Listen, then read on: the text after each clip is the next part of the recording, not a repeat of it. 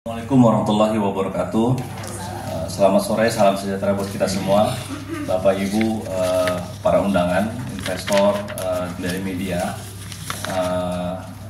untuk menghadiri paparan publik atau public expose PT Angkara Logistik Indonesia Tbk.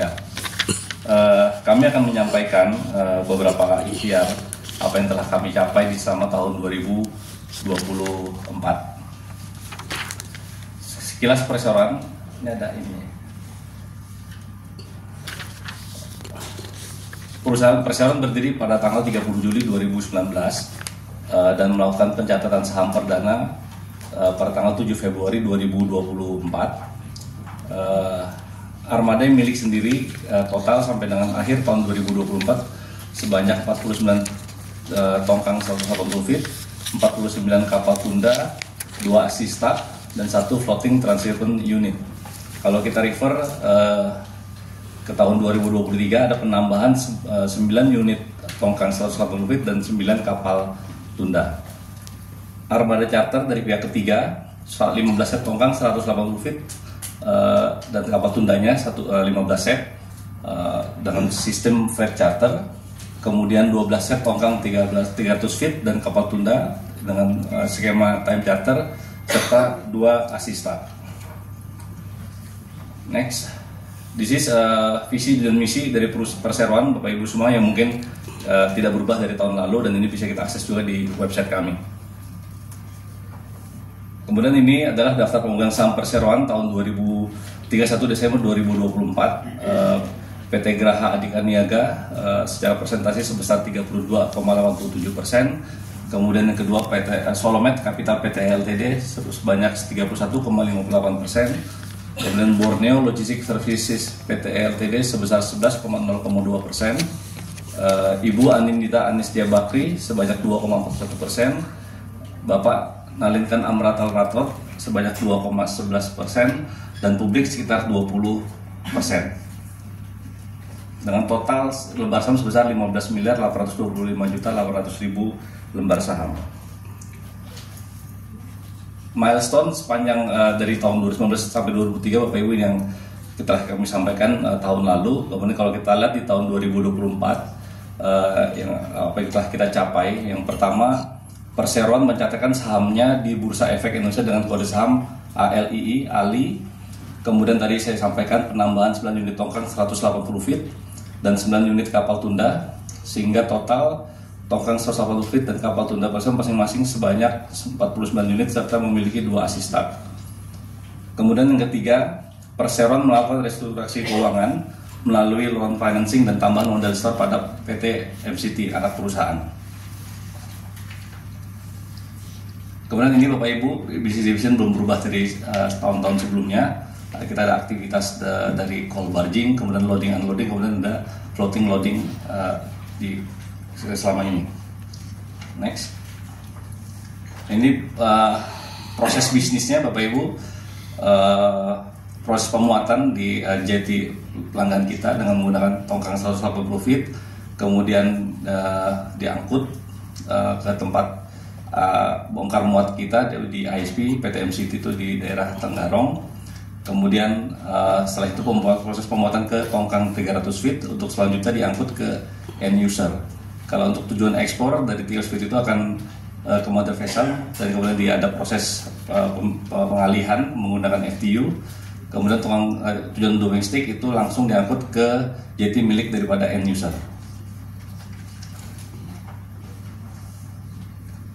Kemudian Bapak Ibu untuk ikhtisar operasional untuk tongkang 180 feet pencapaian kita ini adalah 2,662 juta ton, sedikit turun dibandingkan tahun sebelumnya sekitar 6%. Kemudian untuk yang tongkang 300 feet sebesar 1,876 juta ton, sedikit menurun sekitar 3% jika dibandingkan tahun sebelumnya. Kemudian proses bongkar muat unloading itu kita mencapai 2,873 juta ton, meningkat dibandingkan tahun sebelumnya sebanyak 6%. Kemudian penggunaan FTU atau floating crane itu sebanyak 2,4 juta 14 juta ton, naik sebesar hampir 91%.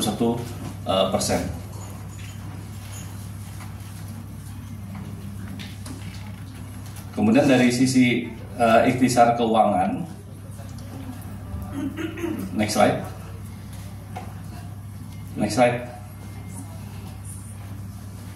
Ikhtisar keuangan Bapak Ibu, pendapatan perseroan sebesar 921 miliar, slightly lebih rendah dibandingkan tahun sebelumnya, sekitar 1%.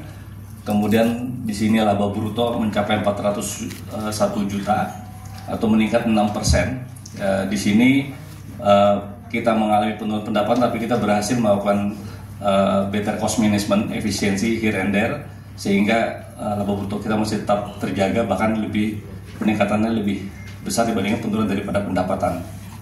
Kemudian laba neto itu meningkat 64% menjadi 300 miliar. Ini salah satu dampaknya adalah dari dua transformasi kita lakukan. Yang pertama adalah IPO, di mana dana hasil IPO itu kita gunakan untuk melakukan pelunasan sebagian hutang kepada lender kami yang di luar negeri melalui anak perusahaan PT MCT. Kemudian ada restrukturasi keuangan. Jadi kita banyak saving di interest expense atau financial expenses. Kemudian juga ada forex exposure daripada forex loss-nya kita menjadi lebih kecil. Dampak selanjutnya adalah EBITDA kita meningkat sebesar 10% menjadi 385 miliar dibandingkan tahun 2023. Kemudian kalau kita lihat dari sisi financial position, total aset meningkat cukup besar 34% menjadi 2,578 triliun. Kemudian dari sisi liabilities menurun 41% menjadi 760 miliar. Kemudian capex menurun 65% menjadi 134 miliar. Kita naik cukup signifikan 186% menjadi 1,817 triliun. Jadi kalau kita bicara di sisi posisi keuangan, kita punya rasio-rasio cukup baik, rasio solvabilitas maupun rasio current rasionya. Next.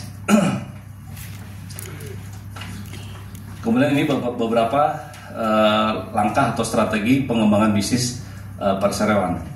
Yang pertama itu menjaga kelangsungan kontrak, life of mine kontrak, dan memenuhi kebutuhan sejalan dengan peningkatan volume produksi dari pelanggan. Yang kedua, optimalisasi penggunaan seluruh tongkang, kapal tuna dan infrastruktur lainnya. Yang ketiga, meningkatkan layanan dengan penambahan armada kapal perseroan dan membangun ISP baru. Keempat, menyusun peta jalan keberlanjutan perseroan. Kelima, pengembangan sumber daya manusia. Keenam, menambah investasi digitalisasi dalam proses bisnis perseroan dan entitas anak. Ketujuh, diversifikasi layanan berbagai jenis komoditas sumber daya alam lain selain batu bara, misalnya bauksit, nikel, dan mineral cair lainnya. Demikian Bapak Ibu yang dapat kami sampaikan. Silakan jika nanti ada sesi untuk jawab. Terima kasih. Terima kasih Pak Suprianto atas pertanyaannya. Mungkin bisa dibantu untuk menyajikan tim keputusan grup. Tadi yang ditanya adalah keputusan penetapan penggunaan laba bersih. Itu sudah kita putuskan, Pak. Jadi pada dasarnya kami akan memberikan dividen sebesar 71 miliar 216 juta 100 ribu rupiah atau sama dengan 4,5 rupiah per lembar saham, akan didistribusikan kepada pemegang saham perseroan sebagai dividen tunai. Sisanya akan setelah dibulatkan dalam ribuan rupiah sebesar 218 miliar 52 juta 460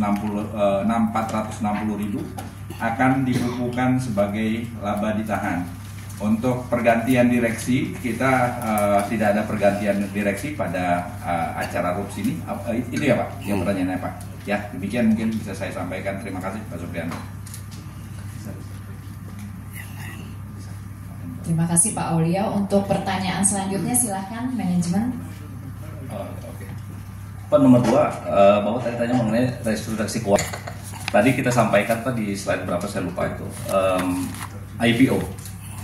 Ya, dari sisi IPO itu kita dana IPO itu 75% kita gunakan untuk melunasi sebagian utang dari kepada lender kita yang melalui anak perusahaan. Jadi kita memberikan pinjaman kepada anak perusahaan, kemudian mereka melunasi.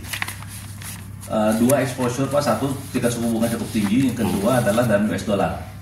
Ya, jadi di situ kita ada saving di interest expense dan juga forex loss exposure-nya jadi rendah. Itu. Kemudian di akhir tahun 2024 sisa hutangnya itu kita mendapatkan loan dari Bank Mandiri Pak. Kita lunasi seluruhnya, terus kemudian kita pinjam dari Bank Mandiri dan rupiah. Dan juga tingkat suku bunganya juga cukup kompetitif ya. Jadi kalau kita bicara dari sisi bisnis exposure Pak, ini matching pendapatan kita dalam rupiah walaupun kita merefer kepada US dollar untuk ICI-nya, tetapi cost kita kan interest cost kita, interest expense kita menjadi dalam rupiah. Jadi align ini yang cukup signifikan membantu laba bersih kita meningkat cukup signifikan walaupun kita punya pendapat slightly down gitu ya Pak. Nomor 3 mungkin hasil laporan keuangan ya Pak. Sekarang Pak Rizal. So Pak Supriyanto, your question was? Yes, Yeah, the revenue is lower, but the profit and asset is increased. So basically, revenue is lower because of the slightly lower volume during 2024 compared to 2023, and also the average revenue per ton is also lower because it is linked to the coal index. And in 2024, the coal price index was lower, so per ton revenue is slightly lower compared to financial year 2023. And second, basically, as Faisal mentioned, we had we issued the IPO, and IPO proceed we use for repayment of the high cost borrowing. So interest cost has significantly reduced in 2024. And that is why there is a significant savings in the interest cost. And our operating cost also has reduced significantly compared to year 2023. In 2024, our freight cost is significantly lower compared to 2023 because we have our own barges. In the year 2024, we have a higher number of our own barges, so where operating cost is lower than freight cost. Asset has increased significantly.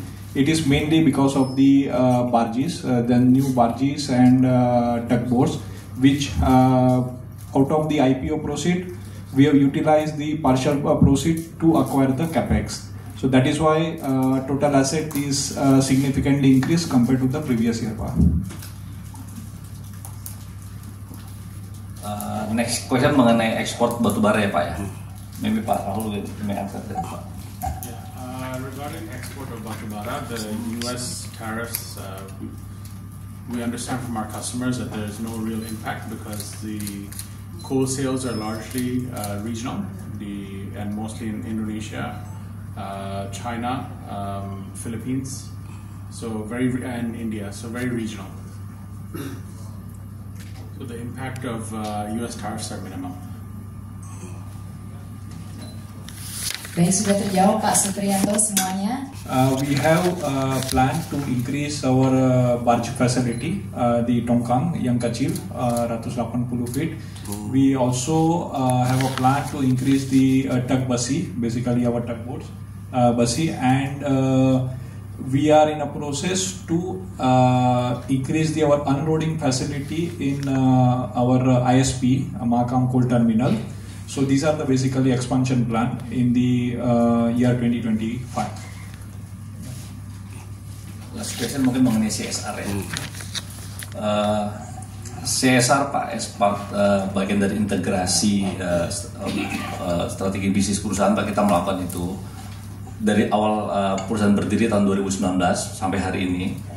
Tentunya itu akan berdampak pada pemangku peningkatan Pak, khususnya yang ring 1 dari kita operasional kita gitu ya. Nah, di tahun lalu Pak 2020 kita bekerja sama dengan salah satu konsultan Pak untuk menyusun sustainability roadmap ya, peta jalan keberlanjutan yang kita harapkan dalam beberapa bulan ke depannya akan kita bisa finalkan. Dari sana kita akan lebih clear lagi Pak, dalam arti kita punya target yang kita capai, tapi itu yang lebih baik lagi karena kita di tahun 2024 sudah melakukan stakeholders engagement. Jadi semua pemangku kepentingan kita ajak diskusi sehingga nanti roadmap-nya ini akan memberikan kita jauh lebih baik daripada yang telah kita lakukan beberapa tahun ke belakang. Mungkin itu. Terima kasih. Terima kasih kepada manajemen. Pak Suprianto sudah terjawab semua ya Pak ya. Dan kami persilakan untuk penanya yang kedua, Bapak di baris kedua silakan. Oke, baik, terima kasih Pak Indra. Peta jalan keberlanjutan Pak ini kita susun untuk 5 tahun ke depan Pak. Actually mulai 2025 sampai 2029. Jadi nanti kita dalam sub-subnya itu kita bagi dalam 3 bagian Pak, dari sisi environment, social and governance. Nah, ini akan membantu kita, memandu kita Pak untuk menjalankan, selain kita berbisnis, menjalankan bisnis kita, ini akan membantu kita untuk juga bagaimana dampak daripada nanti TJSL kita atau CSR itu berdampak sangat terasa kepada para pemangku kepentingan, khususnya sekitar area operasional kita gitu. Jadi ini dalam rangka membantu kita ke sana sih Pak itu. Sekarang ini kita udah berjalan dengan baik, tetapi kita akan mau meningkatkan jauh lebih baik dari apa yang telah kita lakukan selama ini. Itu Pak. Dan itu kita dibantu konsultan independen Pak. Jadi kita harapkan hasilnya pun nanti akan lebih berdampak lebih baik daripada sebelum-sebelumnya. Mengenai pengembangan SDM Pak, saya pikir ini sumber daya manusia ini adalah kunci daripada kita menjalankan bisnis Pak. Jadi kalau saya pakai istilah, kalau kita punya pistol bagus tapi kalau SDM yang nggak bagus ya nggak jalan juga gitu Pak. Jadi komitmen daripada kami Pak, baik dari manajemen maupun dari prinsipal itu adalah SDM kita kembangkan secara terstruktur dan berkesinambungan. Saat ini secara memenuhi ketentuan untuk pengembangan SDM sudah kita lakukan dan kita akan lakukan lebih lanjut dan akan terus kita kembangkan karena ini bagian dari proses bisnis yang kita lakukan gitu Pak. Mungkin terkait CAPEX nanti Pak Faisal mungkin bisa bantu lebih detail. Jadi for the CAPEX, basically our plan for this year compared to the previous year, approximately 40 to 50% increase compared to the previous year Pak. This year we are from our profit we are approximately 45-50% we will spend on the capex for this year. Oke, terima kasih sudah menjawab ya Pak Indra ya. Terima kasih banyak. Bapak Ibu, sesi pertama tanya jawab telah berakhir. Kami buka untuk sesi yang kedua. Kami menawarkan kepada 2 penanya lainnya. Kami persilahkan 1, 2. Bapak yang di baris nomor 2 silahkan. Pak, saya Ridwan dari Kontan Pak. Ada beberapa pertanyaan yang saya ajukan. Pertama mengenai kinerja Pak. Kalau tahun lalu kan pendapatan turun tipis ya sekitar 1% Pak. Terus laba naik karena ada beberapa restrukturisasi Pak. Kalau tahun ini gimana Pak kira-kira untuk proyeksi pertumbuhan pendapatan dan laba bersihnya? Kalau masalah juga di Q1 belum rilis apa ya laporan keuangannya. Kira-kira gimana gambarannya Pak untuk di kuartal pertama ini? Yang kedua, tadi kan salah satu strateginya kan untuk diversifikasi komoditas ya Pak ya. Saya izin konfirmasi Pak, untuk saat ini berarti 100% dari batu bara ya Pak. Nah tadi kan disebutkan ada beberapa komoditas seperti nikel dan mineral lainnya Pak. Nah kira-kira apakah sudah ada pihak atau pelanggannya akan dijajaki atau sudah ada kontrak baru Pak mengenai batu bara ini? Itu yang kedua. Yang ketiga mengenai utilisasi armada Pak. Tadi kan tahun lalu 9 kapal tambahan ya Pak ya, total 9 kapal. Nah tingkat utilisasinya udah berapa persen dan tahun ini kira-kira seperti apa? Terima kasih. Terima kasih Pak Ridwan dari Kontan. Silakan dijawab kepada direksi. Thank you Pak. Tahun ini projection compared to the previous year, we expect the profit will be almost double. That is what our projection for this year. We are estimating the volume for the total volume for this year for barges will be almost double than previous year. The reason is that we have already increased our barge capacity, and this year we see the water level, the climate is also favorable to the company. I think next month basically our March result will also be out, so you can see our performance in the by next one for quarter one. But we see the projection for 2025 will be much better than the previous year, 2024. Double increase, double digit or double? The growth we expect almost double the basically the 100% compared to the previous year 2024. Dua kali lipat. Dua kali, yeah. For the second question, as of right now, we are doing in terms of the logistics all coal, 100% coal at the moment. However, we are looking to diversify, but not yet. Ini masih batu bara sih Pak. Tapi sudah ada ini Pak, sudah ada calon pelanggan atau yang mau berkontrak untuk yang non batu bara. Kontrak belum ada Pak, tapi kita approach beberapa potensial klien yang kita lakukan, tapi kita belum berani disclose, tapi karena belum ada kontrak. Berarti fokusnya di Indonesia Timur ya Pak? Iya, ya. Kemudian untuk utilisasi Pak ya, untuk utilisasi kalau tahun 2024 ini Pak mungkin dengan Bapak lihat dari hasil volume yang sedikit menurun itu memang tidak gitu optimal karena memang sangat terpengaruh oleh keadaan cuaca. Tapi tadi Pak Faisal sampaikan untuk tahun 2025 prospeknya seperti apa akan baik sekali karena tahun ini nih berkah bener gitu Pak. Dari awal tahun sampai hari ini tuh debit air cukup baik gitu ya. Mungkin Pak Munawir bisa tambahin kondisi hari ini dibanding tahun lalu gitu. Silakan Pak. Terima kasih. Untuk operasional tahun ini kami melihat dari bulan Januari sampai akhir bulan April kita bisa operasional full tanpa ada gangguan dari pengaruh kondisi high level water di Sungai Belayan. Jadi kita sudah dapat mengoperasikan kapal dengan full operasional tanpa ada gangguan kondisi air yang menyebabkan kapal tidak bisa lewat. Mudah-mudahan ke depan musim ini tidak terlalu berbeda signifikan dengan tahun-tahun sebelum-sebelumnya, di mana kita mempunyai rekod air kecil di dalam 1 tahun. Rekod operasional adalah sekitar 2,5 bulan. Jadi prediksi kita mudah-mudahan nanti ini sampai bulan Agustus tetap bisa operasional maksimum. Biasanya ada bulan-bulan akhir Agustus sampai September akhir ada pengaruh kondisi air turun. Pak, boleh ada gambaran Pak, persentase utilisasi tahun lalu dan tahun ini Pak target? Bagaimana? Boleh ada gambaran soal persentasenya Pak? Tahun lalu berapa? Tahun ini berapa? Untuk tahun lalu di periode yang sama itu jauh lebih sedikit daripada yang kita capai bulan ini. Sampai akhir Mei, sampai akhir bulan April ini kita sudah bisa dapatkan untuk loading dari GS sekitar 1,34 1.350.000 ton.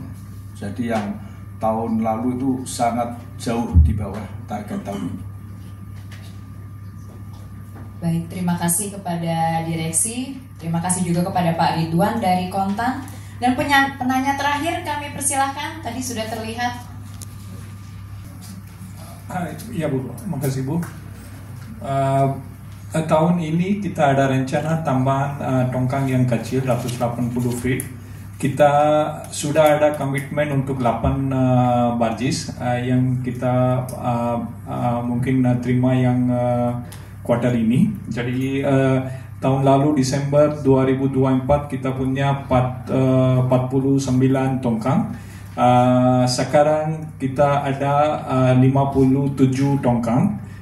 Kita ada rencana tambah lagi sekitar 7-8 tongkang yang tahun ini yang baru. Untuk tugboats kita ada rencana untuk tambah lagi 15 sampai 20 tug besi. we already have a partial payment, down payment we already made under construction. Ya, jadi kita ada rencana Ibu untuk Tongkang dan Dak juga tambah lagi tahun ini.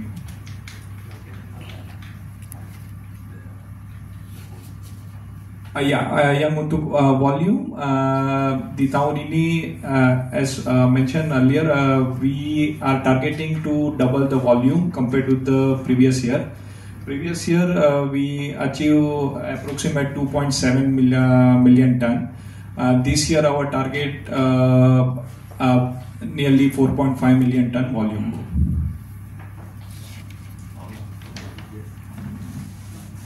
Ya, terima kasih Ibu Elizabeth atas pertanyaannya.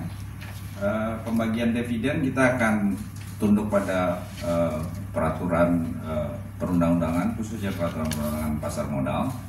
Itu dalam waktu 30 hari setelah dalam waktu ya Bu, 30 hari kita akan bagikan dividen.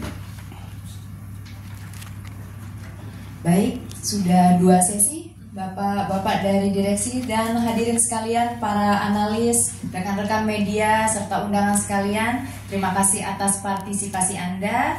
Telah bertanya 4 di kesempatan kita untuk bertanya dan telah dijawab dengan baik oleh direksi. Dengan demikian berakhir sudah paparan publik dari PT Angkara Logistik Indonesia. Terima kasih sekali lagi atas dukungan Bapak Ibu yang hadir di sini. Terima kasih sekali lagi kepada direksi.